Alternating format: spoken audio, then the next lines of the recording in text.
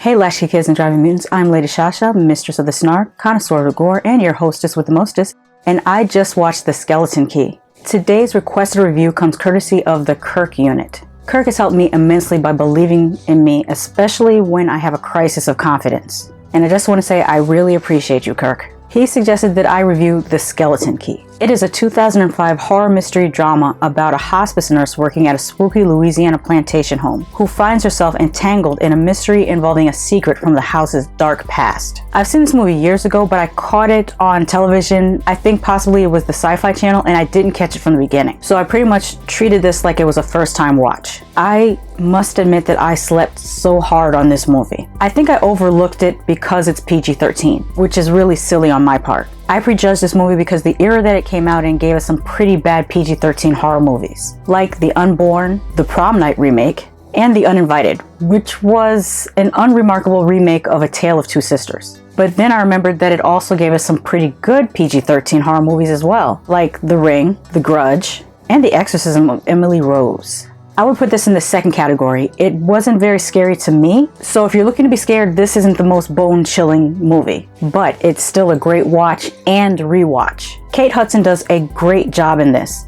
Joy Bryant is in this as well as the black best friend who asks her if she's alright. Anyway, Peter Sarsgaard does a halfway passable Louisiana accent. That's not easy to do. I've heard that accent my entire life because my mother's people are from New Orleans, and I can't imitate that accent. Most actors completely mess it up, not even coming close. But I could at least tell that his character was meant to be from Louisiana. Gina Rollins does an outstanding job playing Violet Devereaux, but the person who is acting their ass off in this is John Hurt, who has to do the majority of his acting non-verbally. But we've already known that John Hurt is an amazing actor. He was nominated for an Oscar for his performance in The Elephant Man in 1981, which unfortunately he lost to Robert De Niro. The location of this movie is great. The house and its grounds are like two other main characters in this.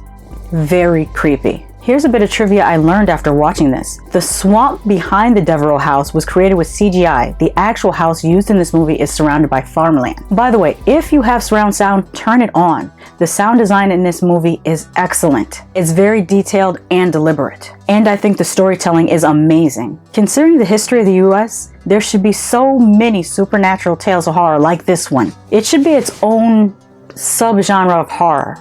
Let's call it Southern American historical horror. This is actually a better watch the second time around. I think once you know the twist at the end, it recontextualizes so much. You can observe all the clues in context. Certain dialogue takes on a totally different meaning after you know what is really going on. I mean, there are so many lines of dialogue that mean something totally different upon rewatching this. I ended up watching this twice for this review, and similarly to Get Out, with each rewatching I noticed more and more details. This would actually make a great double feature with Get Out. Northern mystery thriller meets Southern mystery thriller. This horror movie is heavy on the thriller aspects and has a great mystery that unfolds layer by layer. The final act ratchets up the tension to an exciting conclusion with a twist and reveal that is well worth the build-up. The feel of this reminds me of the 1987 Eric Stoltz, Jennifer Jason Leigh movie Sister Sister, but without the romance. Sister Sister is a mystery drama romance. I recommend this movie if you like supernatural horror thrillers like